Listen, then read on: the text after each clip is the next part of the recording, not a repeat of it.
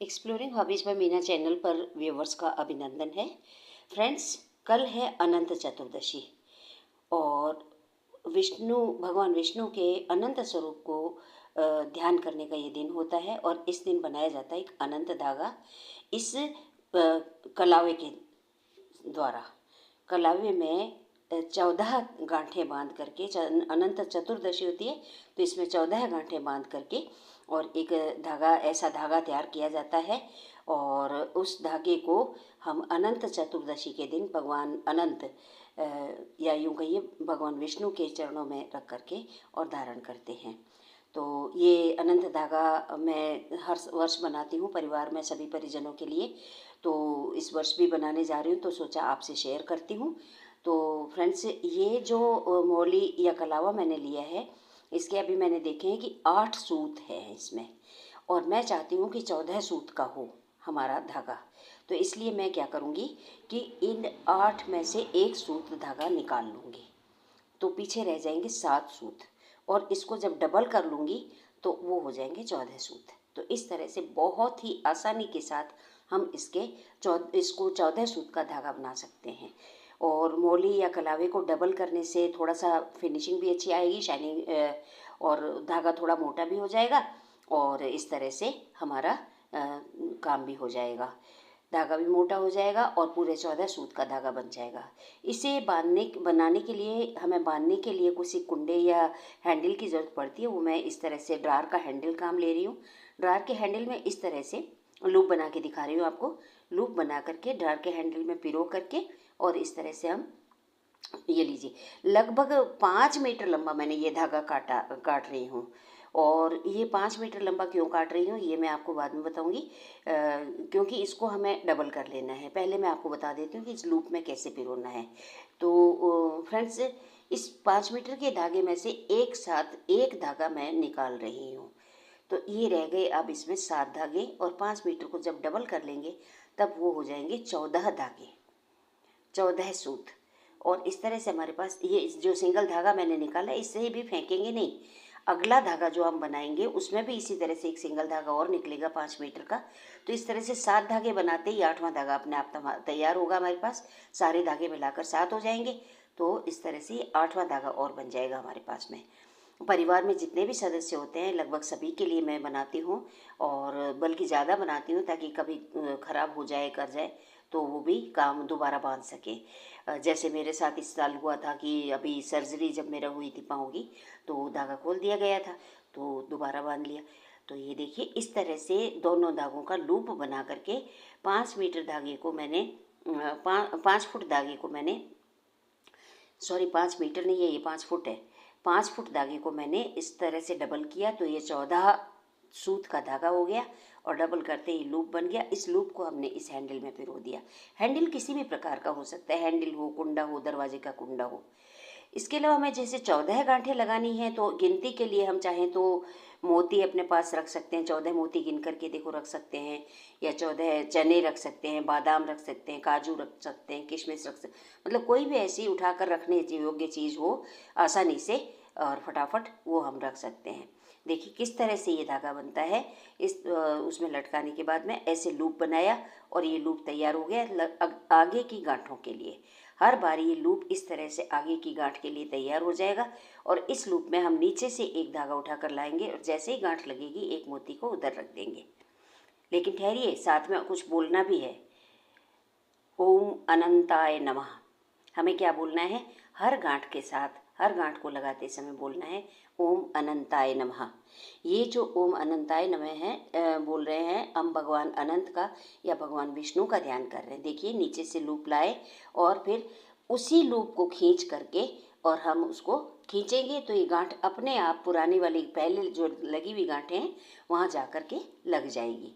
ये देखिए नीचे से हम लूप लेकर आ रहे हैं, नीचे से धागा लेकर आ रहे हैं इस लूप में और इस तरह से ये गांठ अपने आप से बन जाती है, लग जाती है। थोड़ा सा टाइट भी कर देते हैं हाथ से और ओम अनंताय बोल करके और ये गांठ लगा देते हैं और एक मोती को थोड़ा सा सरका कर दूसरी तरफ कर देते हैं।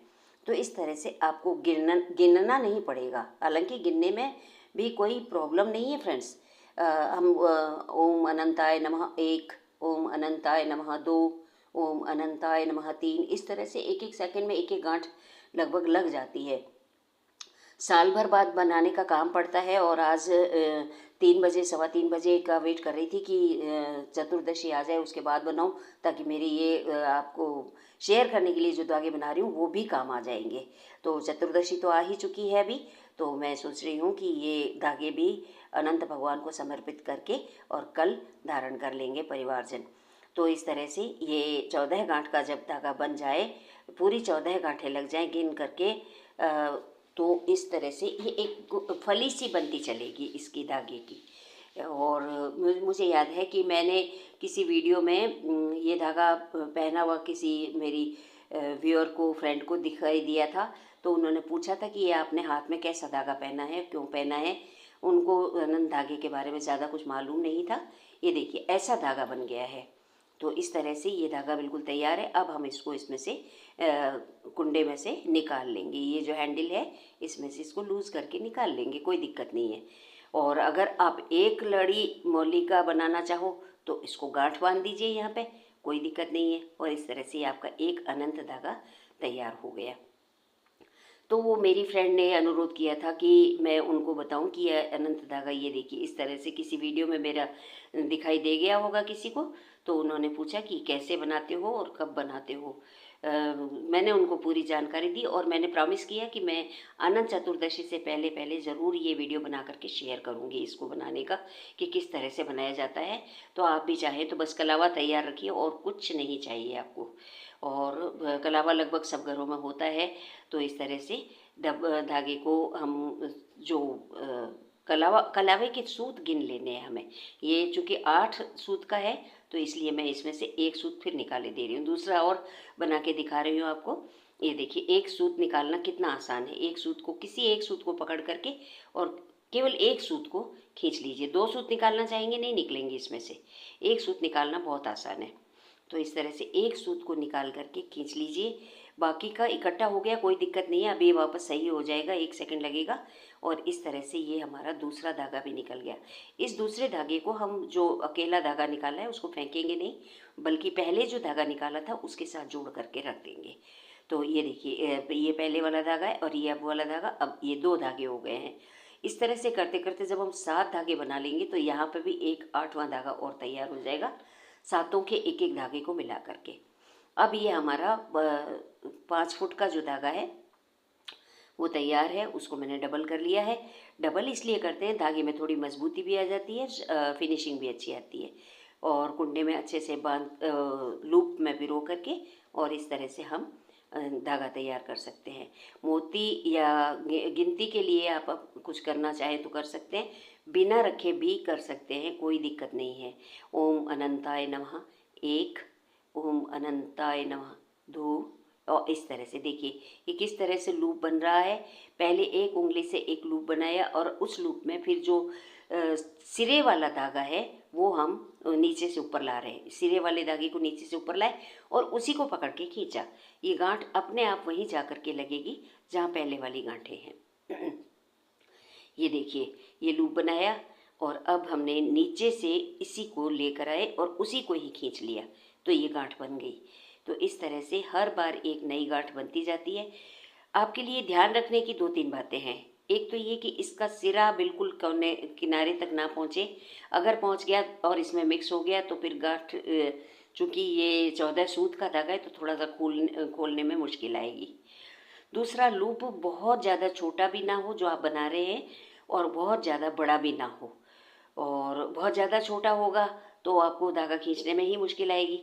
और बहुत ज़्यादा बड़ा भी नहीं रखना है। अगर बहुत ज़्यादा बड़ा रखेंगे तो इसका सिरा जो है वो अंदर चला जाएगा और इस तरह से हमारा काम बढ़ जाएगा। तो इस तरह से लूप को सामान्य रखिए और फिर इस तरह से बस बनाते रहिए और उसी धागे को खींचते रहिए जिससे हमने ये लूप के अंदर डाला है।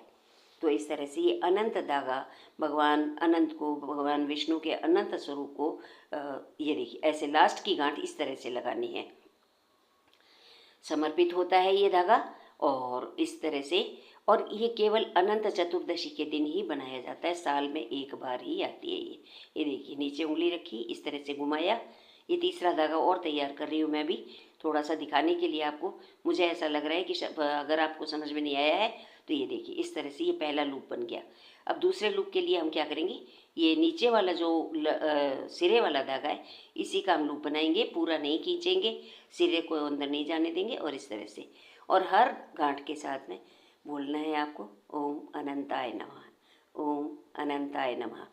भगवान अनंत का ध्यान करते हुए, भगवान के अनंत स्वरूप का ध्यान करते हुए हमें ये धागा बनाना है। और पूरा धागा बन जाने के बाद, हाँ एक बात और है कि ये धागा जो सूती धागा है ये, और सूत से बना हुआ है, कलर्स भी इसके लॉन्ग लास्टिंग नहीं होते हैं, और कच्चे सूत से बना हुआ होता है ये, इसीलिए इसको 7-8 लड़ा बनाते हैं।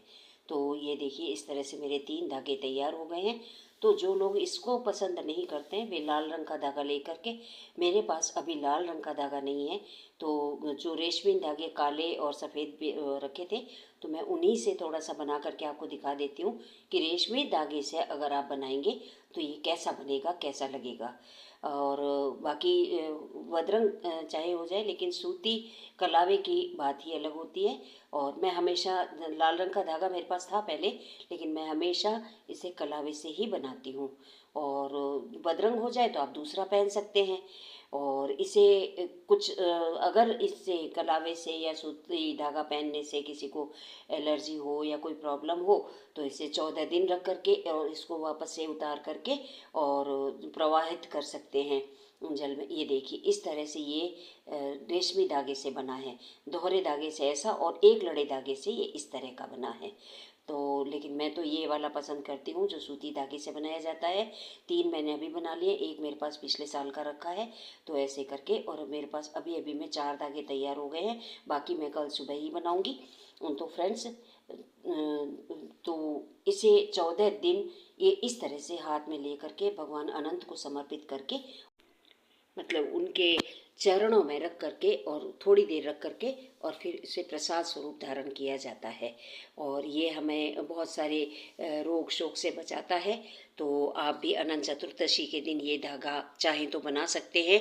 बनाना बहुत आसान है, बनाइए और अपने आप को और परिवार को सुरक्षित रखिए। हम आपसे फिर मिलेंगे, फिर किसी वीडियो में किसी नई हॉबी को एक्सप्लोर करते हुए। तब तक के लिए बाय।